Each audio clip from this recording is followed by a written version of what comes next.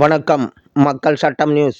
சேலம் மாவட்டம் அம்மாபேட்டை பகுதி 40 அடி பாதை எம்ஜிஆர் சிலை, காமராஜர் சிலை அருகில் அழகப்பன் தெருவில் அமைந்துள்ள ஸ்ரீ ருக்குமணி சத்யபாமா சமேத ஸ்ரீ வேணுகோபாலசாமி ஆலய மகா கும்பாபிஷேகம் மிக சிறப்பாக நடைபெற்றது.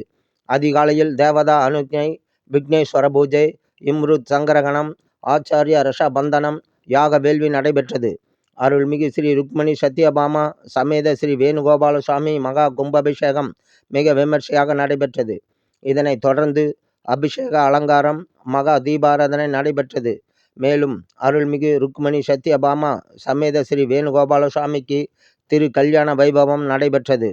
இந்த கும்பாபிஷேக விழாவில் காட்பாடி மகாதேவமலை ஸ்ரீ மகா ஆனந்த சித்தர் சுவாமிகளின் அருளாசியுடன் ஸ்ரீ பொன்காளி வலசு சித்தர் சுவாமிகள், சேலம் RPS சரவணன் புவனேஸ்வரி குடும்பத்தினர் முன்னிலையில் சேலம் கோட்டை அருள்மிகு அழகிரிநாத சுவாமி திருக்கோவில் அர்ச்சகர் சுதர்சன் பட்டாச்சியார், சேலம் அம்மாபேட்டை அருள்மிகு ஸ்ரீ ருக்மணி சத்யபாமா சமேத ஸ்ரீ வேணுகோபாலசாமி ஆலய மகா கும்பாபிஷேகத்தை நடத்தி வைத்தார்.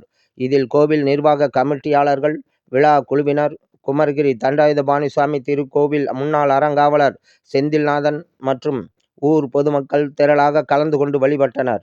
இந்த கும்பாபிஷேக விழாவில் கலந்து கொண்ட அனைவருக்கும் அன்னதானம் வழங்கினார்கள்.